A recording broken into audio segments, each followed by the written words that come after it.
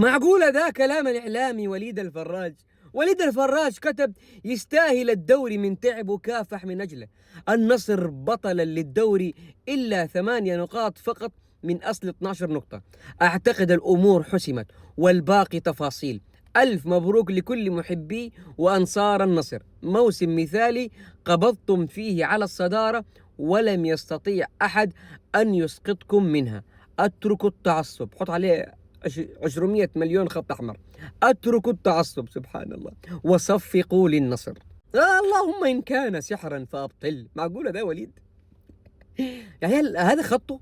اللي يعرف خطه في منصة إكس يكتب هل هذا خط وليد الفراج؟ وهل هو يعني موافق عليه أم مجبر؟ قول ما شاء الله ولا اللهم بارك. المرة الأولى في الدور الأول بعد ما مدحتهم في الجولة العاشرة قالوا زط كله تعثرات وهزايم. والله العظيم اتركوا التعصب. نعم، انه القائل الاعلامي وليد الفراج. اتركوا التعصب. عجبني بصراحه، عجبني. انت ايش رايك؟ ايه صلاح، انا ويك ادني فوق الثلاجه اترقى، بديني رايك وقلناها ونعيد. الوضع يا حلولي.